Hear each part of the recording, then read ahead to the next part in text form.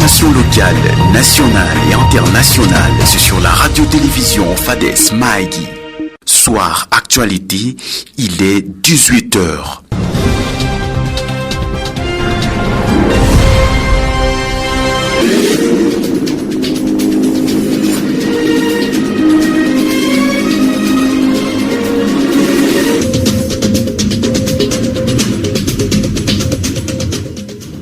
Madame, Messieurs, chaleureuse et cordiale bienvenue à votre radio-journal.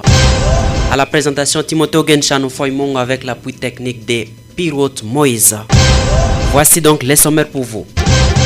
Tennis ce 16 octobre dans la salle Caritas d'un atelier de renforcement des capacités des femmes politiques sous le thème participation politique et pouvoir décisionnel des femmes en Ituri. D'énormes dégâts enregistrés par-ci par-là à travers les territoires de Maïgi à la suite de la pluie diluvienne qui s'est abattue la nuit du dimanche à ce lundi 16 octobre 2023. Bonne nouvelle, la République démocratique du Congo et l'Ouganda décident de supprimer les visas. Cette suppression des droits d'entrée est parmi les résolutions de la 8e grande commission mixte RDC l'Ouganda. Voilà tout pour les titres et dans quelques instants les détails.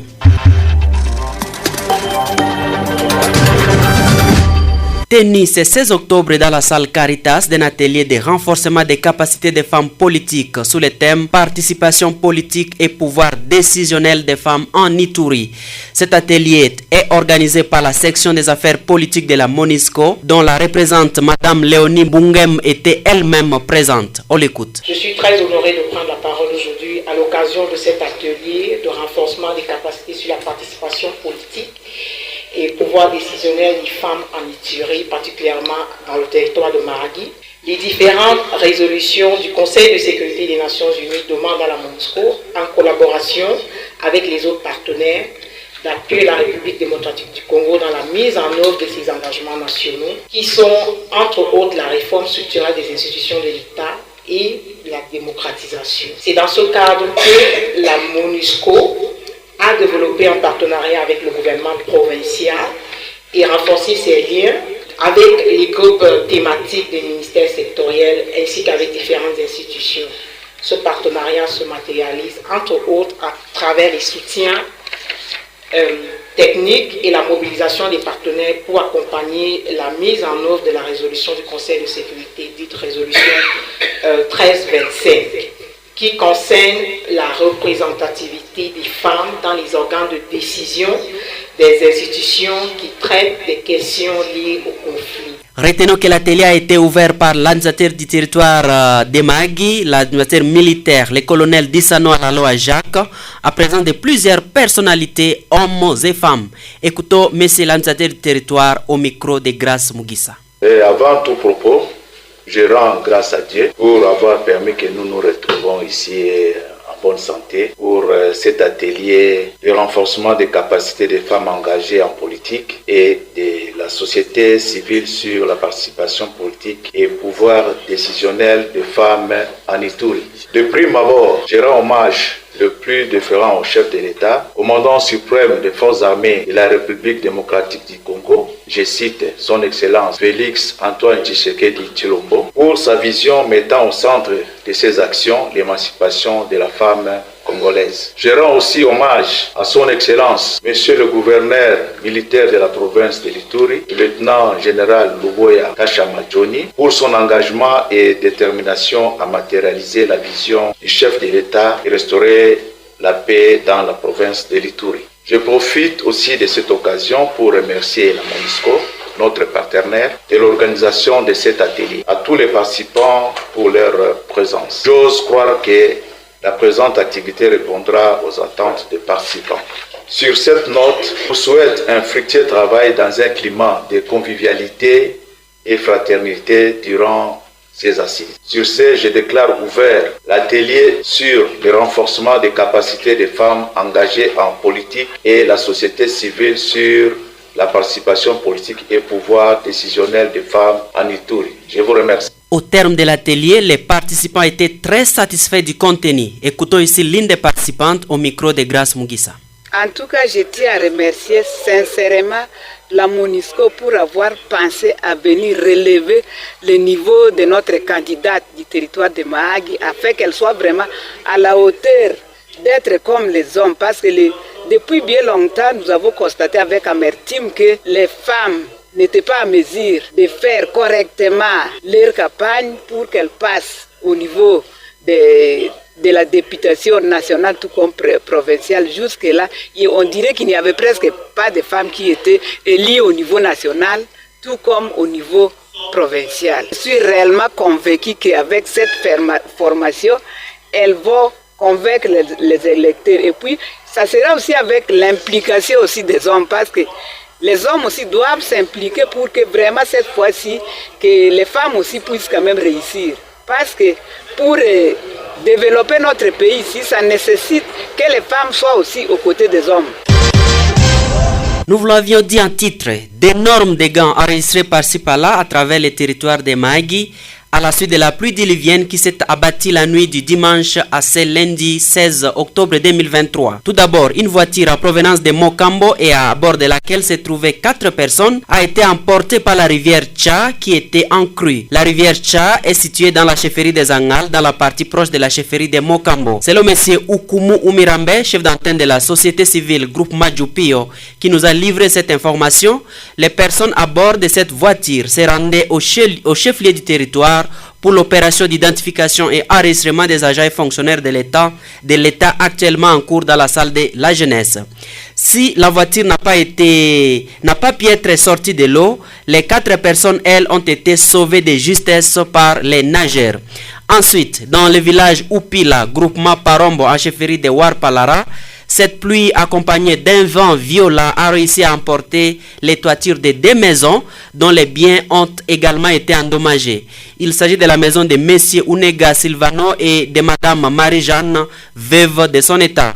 Les biens de ces 2 maisons sont évalués à environ 3 800 000 shillings ougandais par M. Udongo Nanou, chef du village de Parombo Upila, qui nous a livré cette information. Enfin, le mur de la chapelle Djagi Doukazo, en chefferie des Angals, s'est écroulé, n'a pas supporté la furie de cette pluie. Hormis ces cas, on note nombreux autres cas ainsi que des accidents de circulation.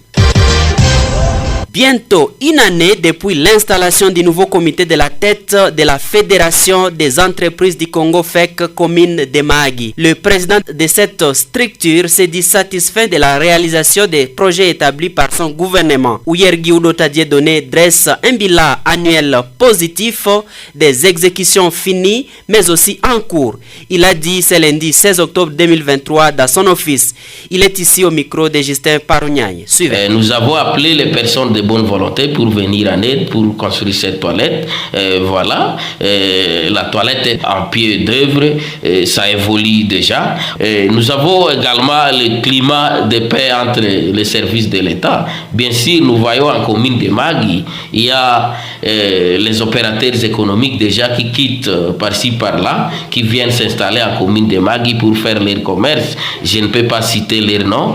Au moins, il y a quand même une évolution à ce qui concerne le climat entre les services de l'État et les opérateurs économiques. Ça évolue bien.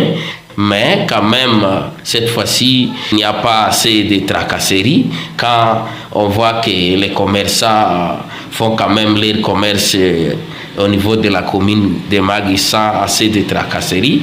Et nous interpellons également ces services-là qui font ces tracasseries-là, de voir les multiples difficultés que traversent nos opérateurs économiques aussi. En commune de Mahagi, dans notre office de la FEC, nous avons enregistré plusieurs portes qui sont ouvertes au niveau de la commune de Mahagi. Il y a quand même une évolution. Déjà, les jeunes cherchent à investir.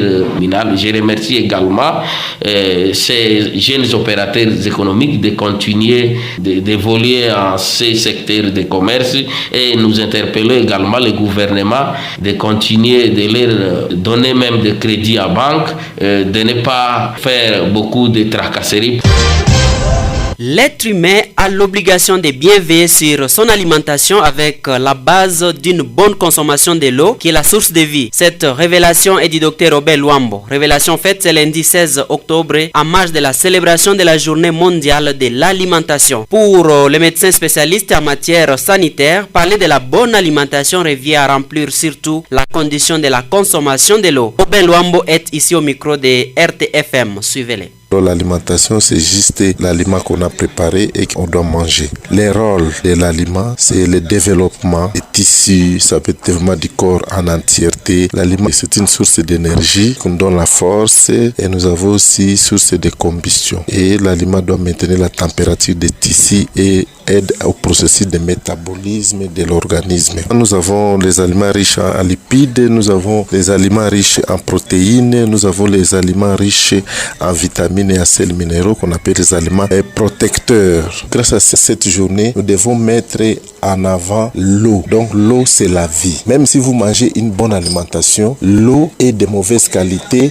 Déjà, l'eau va vous faire une déshydratation, va vous contaminer et là, c'est cas, vous serez toujours susceptible à faire des maladies gastro-intestinales, entre autres les diarrhées, les dysenteries, les choléra, la fièvre typhoïde et tout ce qui va s'assurer par rapport à la qualité de l'eau. Nous devons avoir 3 groupes d'aliments, mais oui aussi à avoir une meilleure eau de la boisson. Puisqu'après avoir mangé, nous avons toujours besoin de boire. L'eau seule constitue 40 à 60% de notre alimentation ou bien de notre corps. Donc si nous avons 100 kilos, il faut savoir au moins nous avons 40 à 60 kilos qui constituent seulement l'eau. Et si nous avons une déshydratation, si l'eau est contaminée, c'est tout notre organisme qui est contaminé. C'était là Aubin Luambo, médecin spécialiste en matière sanitaire, également spécialiste maison de la radio-télévision FADES Mahagi en matière sanitaire. Début ce lundi 16 octobre 2023 d'inscription à l'évaluation diagnostique ou épreuve préliminaire de l'examen de fin d'études professionnelles session de décembre 2023. Organisée par les pôles d'inspection de la formation professionnelle et métiers, cette inscription concerne les candidats ayant suivi des formations professionnelles dans divers métiers et désireux de participer à la deuxième phase de l'épreuve préliminaire de l'examen national de fin d'études professionnelles pour la session de décembre de l'année en cours. Selon une dépêche parvenue à la radio FADES, c'est ce 22 octobre 2023 qu'interviendra la dite épreuve. Du lundi 20 au jeudi 23 novembre est prévue l'épreuve hors session avant que l'évaluation sommative ou la session ordinaire proprement dite intervienne finalement du mercredi 6 au vendredi 8 décembre de l'année en cours. Retenons que cette épreuve fait suite à la volonté des autorités gouvernementales en charge de la matière de délivrer des diplômes nationaux à toute personne ayant suivi une formation dans un métier susceptible d'assurer son autoprise en charge en créant des activités génératrices de revenus. Signalons que les inscriptions à cette évaluation se prennent ici dans la commune de Mahagi, au centre de Nyarambe et à Mokambo.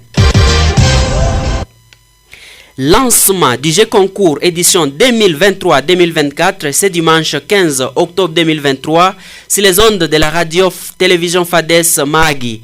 La radio FADES a procédé ce dimanche 15 octobre 2023 au lancement du jeu concours 2023-2024 à l'intention des finalistes du primaire. Les premiers participants étaient les complexes scolaires Upio Kakura et l'épée Goloni.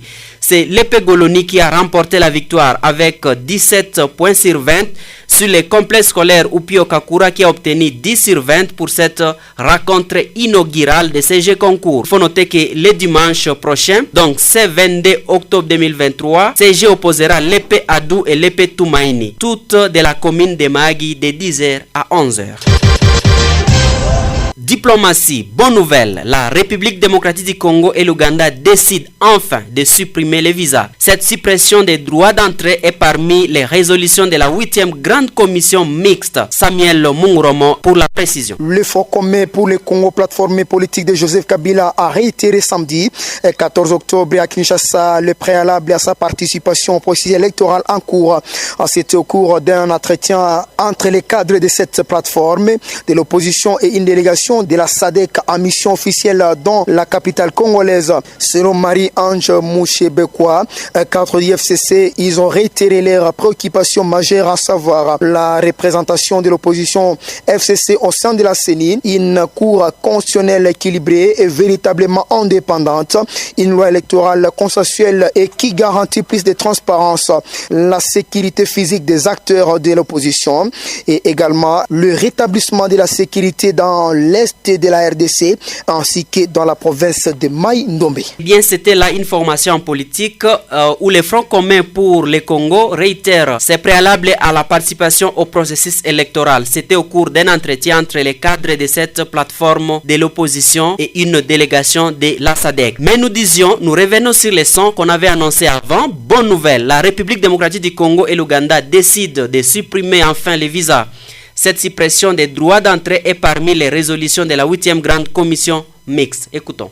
Au cours de la 8e session ordinaire de la grande commission mixte tenue à Kinshasa du 12 au 15 octobre, la RDC et l'Ouganda ont convenu de la suppression des droits d'entrée pour l'octroi des visas en vue de favoriser la libre circulation des personnes. Les deux parties ont reconnu que la géographie, la culture et l'histoire commune leur imposent des obligations, particulièrement en matière de concertation permanente pour l'intérêt de leur peuple respectif.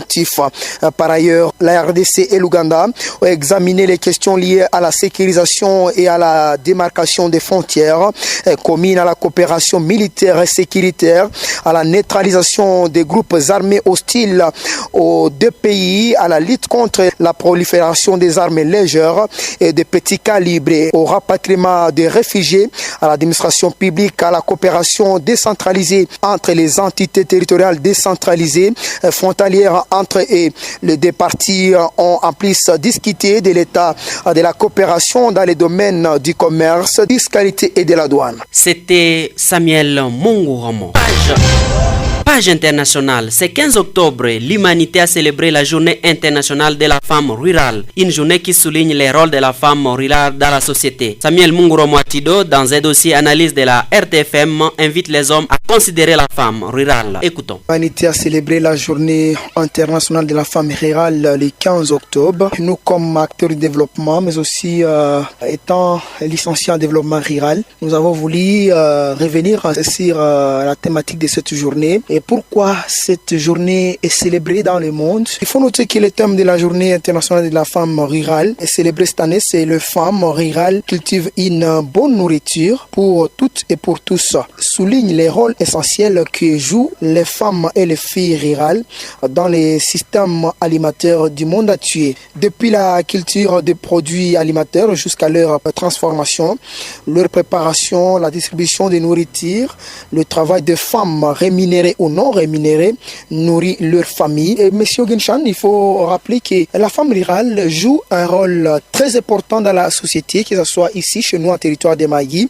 Mais le rôle de la femme rurale est important dans la société. Malheureusement, ces femmes rurales sont menacées, sont bafouées parfois par les membres de famille et parfois par leur propre mari. Parmi les formes de violence basées sur le genre, déni des ressources et des opportunités. Vous voyez, les femmes rurales travaillent trop, nuit et jour, malheureusement gagnent trop peu. Ce sont les hommes qui s'accaparent parfois le bien de la famille. Ce sont les hommes, comme chez nous, la culture mêlée avec la coutume ne donne pas une grande responsabilité à la femme. C'est difficilement que les femmes prennent même parole devant le public. C'est difficilement que les femmes peuvent donner leur opinion devant un grand public, devant une foule, devant une assemblée par exemple. Quand vous voyez même dans nos communautés, les matins déjà vers 4 h du matin, et une femme rurale se lève pour aller chercher de l'eau, revenir préparer un peu de thé à son mari et aux enfants qui partent à l'école. Vers 9 h, 8 h, la femme rurale est obligée d'aller au champ et cultiver les champs avec son mari parfois. Mais de retour, la femme rurale est obligée d'avoir quelques bois de chauffe sur sa tête, fatiguée même. Arrivant à la maison, ne passe pas beaucoup de temps. La femme rurale est obligée de préparer la nourriture pour son mari. qui parfois est là en train de passer le temps avec ses amis. La femme rurale, de retour du champ, doit préparer aussi la nourriture du soir, aller encore faire des lessives, des vaisselles, des assiettes. La nuit, le temps de repos. Parfois, pour les femmes mariées, la femme rurale est encore obligée de se concentrer sur l'aspect amour avec son mari. Vous voyez, tout cet ensemble de choses fait que la femme rurale ne se repose pas. La femme rurale travaille beaucoup. À l'occasion de cette journée, nous appelons les hommes à considérer les femmes. Nous appelons les hommes à donner une place de choix aux femmes. Nous appelons les hommes à reconnaître l'opinion de la femme, à reconnaître la capacité de la femme, à reconnaître ce que la femme vaut pour la société. Merci Samuel Mungromo pour l'analyse. Nous passons à la page sportive.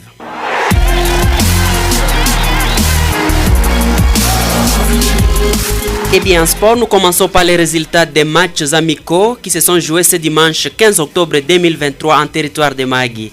D'abord le TP Mwinda de la commune de Mahagi qui s'est incliné devant Mekanzoto de Pangero sur la note de 2 buts à 1. Toujours ce dimanche, le tout solide Bisengo de la commune de Mahagi qui a fait un déplacement à Païda en Ouganda a réussi à faire un match nul de 0 buts partout devant le public de Black Angel. À Sururu, en marge de Lina Foot, la rencontre FC Mabanga de Mahagi et FC Uraga qui devait se jouer ce dimanche est reportée pour une date ultérieure, nous a confirmé les chroniqueurs sportifs maison de la RTFM.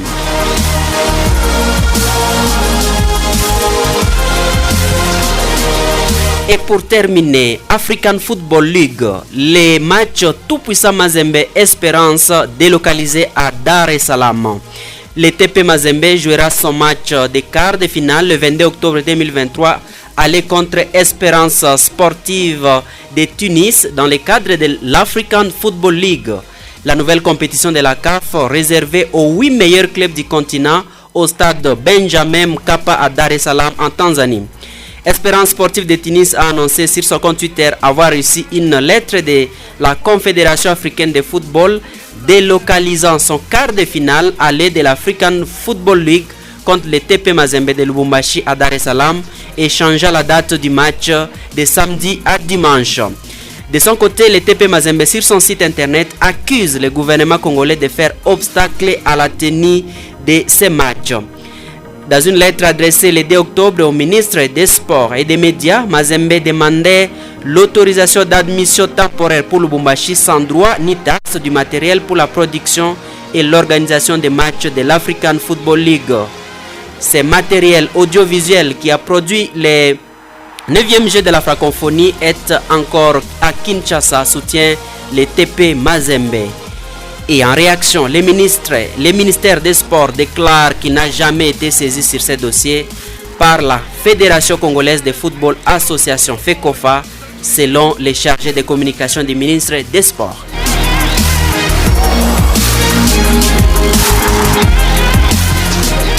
Voilà qui met fin à cette édition de votre radio-journal. Mais avant de vous laisser complètement, nous voici pour vous avec les grandes articulations. Tennis, c'est 16 octobre 2023 dans la salle Caritas d'un atelier de renforcement des capacités des femmes politiques sous le thème participation politique et pouvoir décisionnel des femmes en Ituri. Grâce Mugisa était là sur le lieu et elle nous a recueilli différents sons que vous avez suivis dans ce journal. D'énormes dégâts enregistrés par-ci par-là à travers le territoire de Mahagi à la suite de la pluie diluvienne qui s'est abattue la nuit du dimanche à ce lundi 16 octobre 2023. Nous vous en avions parlé dans ce journal.